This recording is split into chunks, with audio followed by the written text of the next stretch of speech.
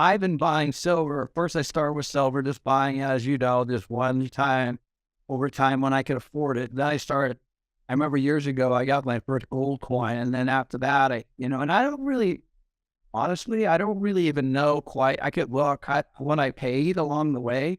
I was just slowly accumulating for an insurance. I wanted a little bit of precious metals outside of the banking system. That's all. I just wanted some things not in the bank. And so I started years ago. This is before I even met Misaki. And of course, he's a huge gold bug. And so, let's start with, I got this 1940 quarter that, I went and looked up before this, and this is valued around $5. And then I got this $2 bill here, and I was laughing because I was like, most people would go for the $2 bill, right? And I don't think people realize, that these quarters are back in 1964 up to 1964 are really silver. Right, it had the copper in the middle, and now I don't know exactly what they are, tin, but same thing with pennies. They used to be copper, and then 1982, and now they're, I think, zinc. So, it's all been replaced by this paper. And so I want to start with, if we could, just to talk about when real metal is taken out of currency in history. If we follow in history, it kind of it's a tipping point for the demise of that currency. Can you talk about what's happening? Every gold and silver been money since ancient times, 2,500 years. That's really what money has been as far as tradable currency. And the U.S. had gold coins that were money up until the 1930s. This is an old $20 gold piece. The U.S. had these from 1850 to 1933, and then they quit making them. And Franklin Roosevelt outlawed gold. Now, from that time frame, gold was fixed at $20.57 an ounce internationally. And then we got into financial trouble with the Wall Street collapse of 1929 and the Great Depression of 1930s. And to stabilize the economy, Roosevelt wanted to print more money. So he took the gold out of the currency. And by 1935, internationally, gold got reset at $35 an ounce, a 75% increase in the international value of gold in just 2 years. Then we got into World War II, and then everybody said, okay, now that we don't have gold and silver as money anymore, what are we going to do for a monetary system? And we said, well, we'll have the dollar be the world's reserve currency because the U.S. economy was unscathed by World War II physically. Japan and Germany were decimated.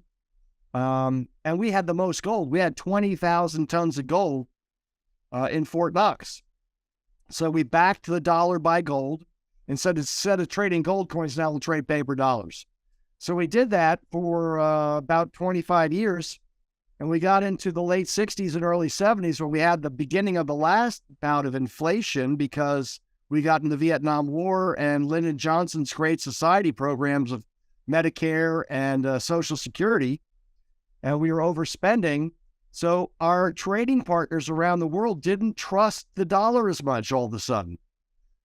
And they wanted gold instead. So our pile of gold in Fort Knox went down to 8,000 tons. So Nixon was forced to take us off the gold standard. And he did that in August of 1971. 3 days at Camp David. Talks about that weekend when they went to decide how to get us off the gold standard.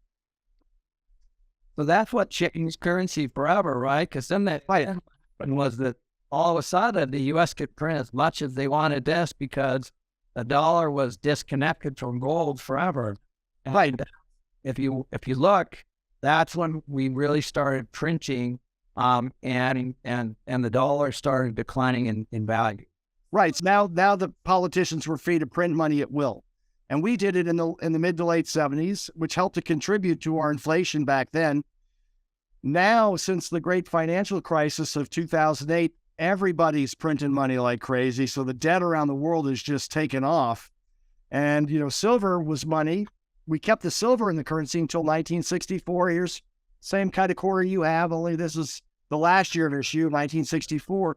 And Russell Gray, the real estate guys, taught me this trick.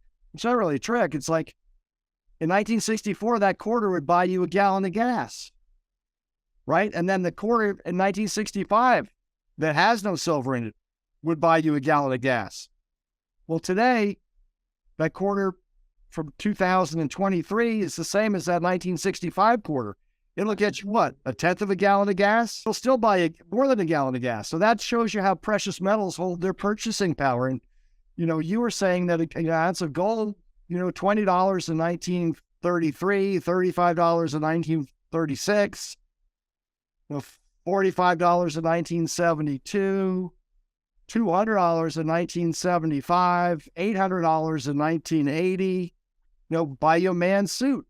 It'll still buy you a man's suit today at $1,920. That's what an ounce of gold is worth.